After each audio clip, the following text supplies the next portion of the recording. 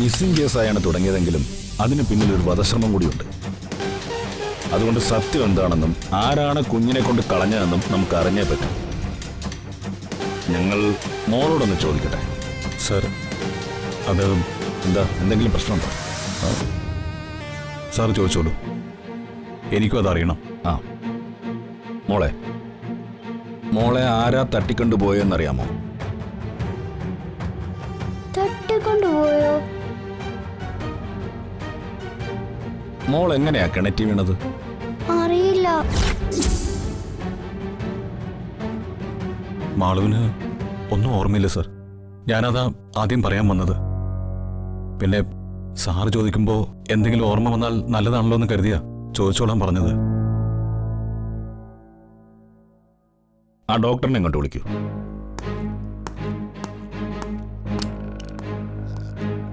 മാളു ഉണർന്നപ്പോ മുതല് ഞങ്ങളെല്ലാം ചോദിക്കുന്നുണ്ട് സർ. പക്ഷേ ഇതാ അവസ്ഥ.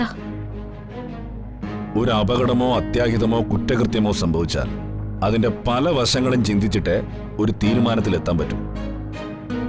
ഇവിടെ കുഞ്ഞിന്റെ ജീവൻ വെച്ചാ കളിച്ചിരിക്കുന്നത്. ഇതിന്റെ പിന്നിലെ സത്യം എന്താണെന്ന് കണ്ടുപിടിച്ചേ പറ്റൂ. അതെ സർ, തെറ്റ് ചെയ്തവർ ശിക്ഷിക്കപ്പെടണം. ഈ ഹോസ്പിറ്റലിൽ എത്തും മുമ്പ് മോൾ എവിടെയായിരുന്നു എന്ന് ഓർമ്മയുണ്ടോ? വീട്ടിലായിരുന്നു. വീട്ടിൽ എന്ത് ചെയ്യായിരുന്നു? ഉറങ്ങുകയായിരുന്നു. അല്ല, കളിക്കുകയായിരുന്നു. ഗംഗയുടെ കൂടെ. അല്ല, പാവയുടെ കൂടെ. ദേ ഗംഗയും ഉണ്ടായിരുന്നു.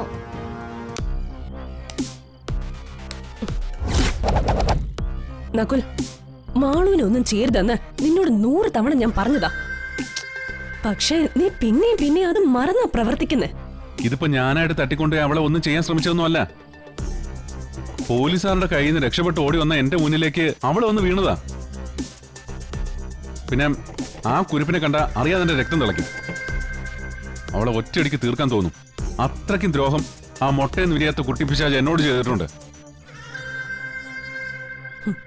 അവർക്ക് ഓർമ്മ പോയതുകൊണ്ട് മാത്രമാ നീ ഇപ്പൊ രക്ഷപ്പെട്ട് നിൽക്കുന്നെ.